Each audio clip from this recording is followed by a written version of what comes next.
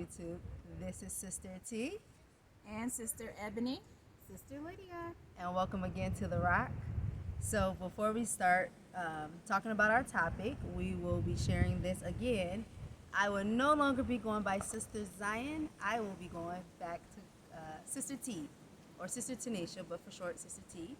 And And I will be Sister Ebony. the reason was explained by our master in the last live stream. So if you caught the last live stream, you probably already know why. But we will no longer be going by those names. We'll be going back to our original given names. So that's how we will be introducing ourselves moving forward.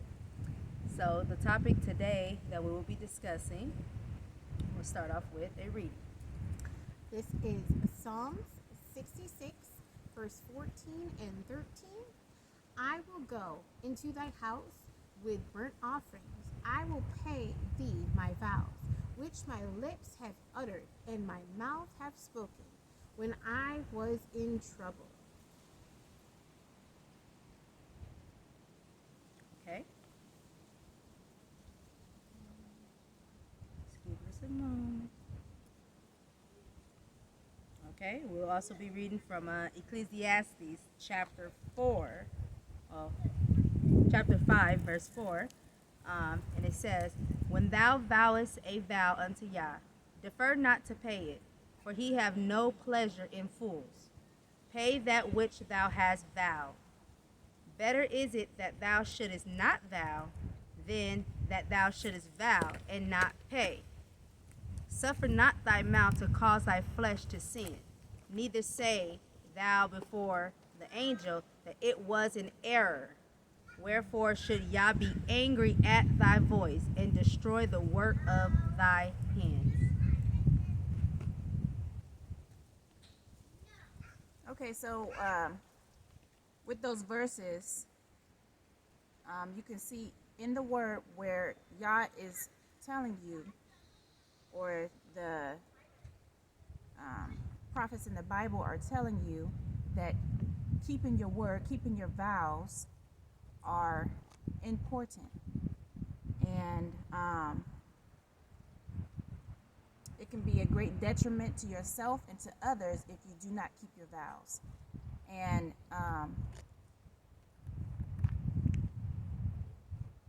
so as a wife, even in getting married, a woman, a single woman getting married and establishing her vows and giving her vows, it is very important to know what vows you are making, being aware, of what vows you're making, and not making these elaborate vows because you're all in your emotions. You're about to finally get married and get your husband and have your family and everything, and you're just in your emotions, not necessarily thinking about what you're saying and what you are vowing yourself to your husband and to Yah.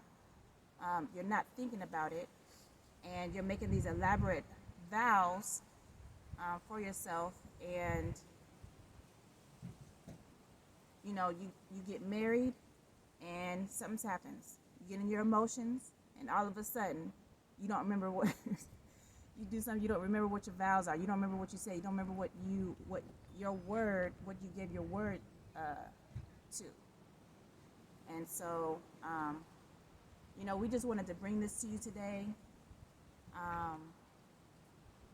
because even where we are, our master has been hitting on this hard about us keeping our word and being who we say we are, and keeping our vows, and how people are just quick to make vows, quick to say things with our mouth and our tongues, not thinking about it, not actually thinking about what we're saying, and thinking about what we are holding ourselves to, what we are supposed to be holding ourselves accountable to Yah, and to the people,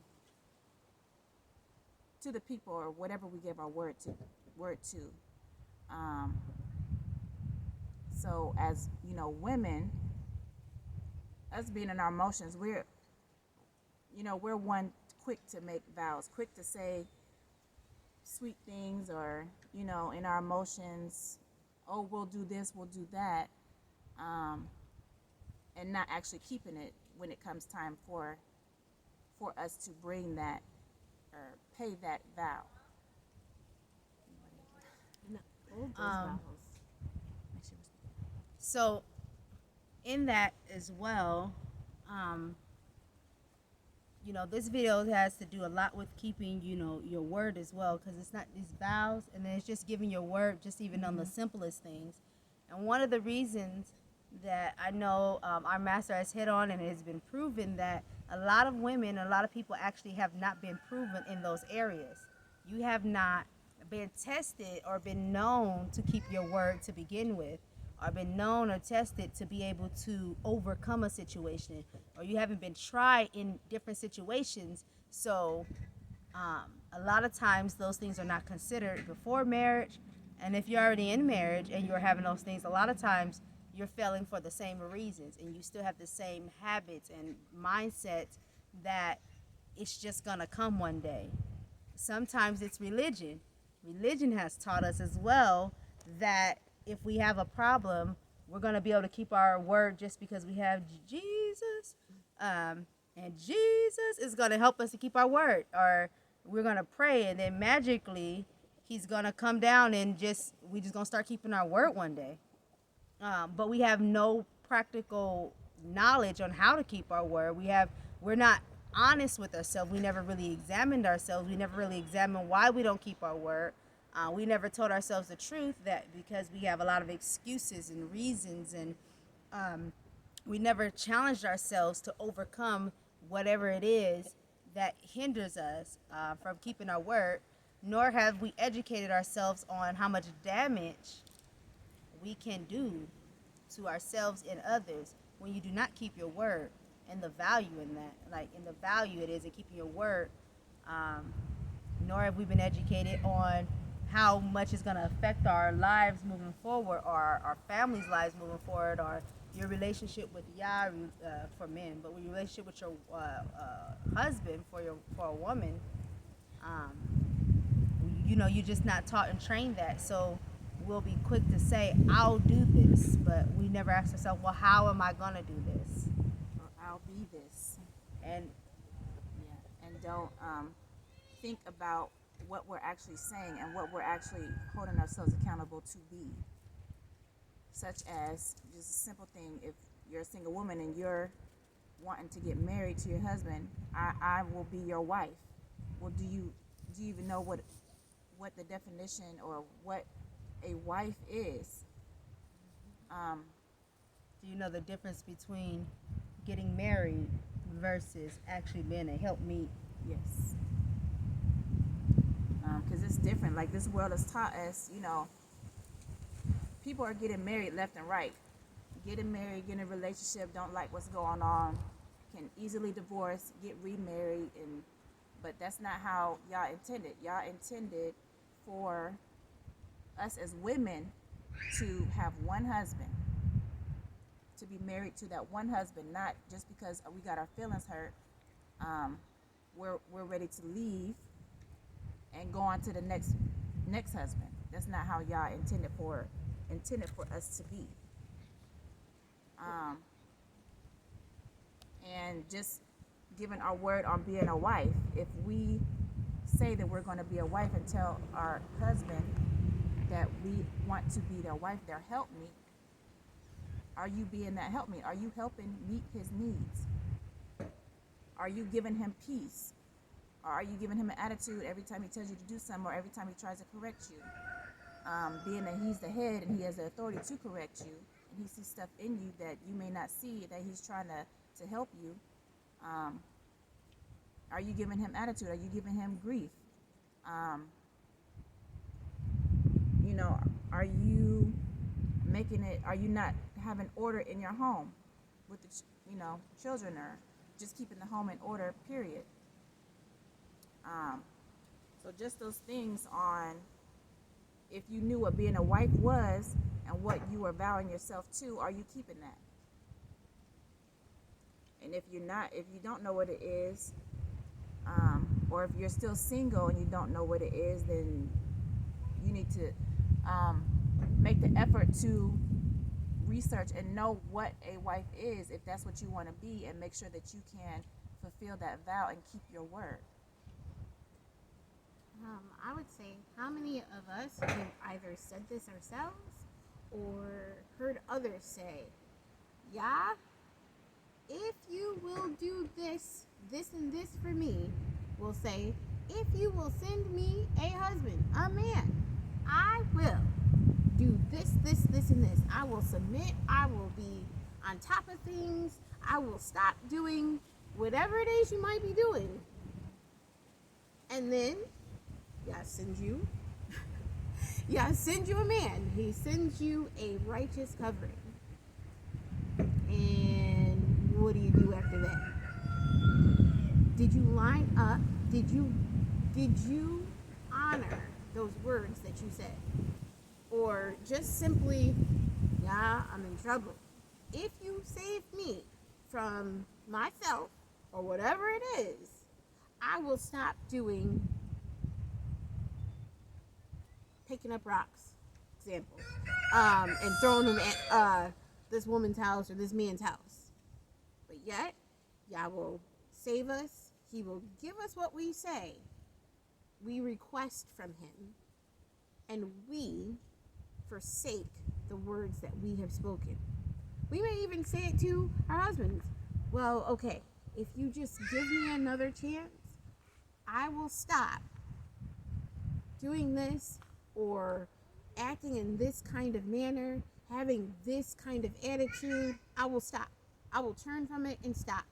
But yet, we find ourselves in the same position.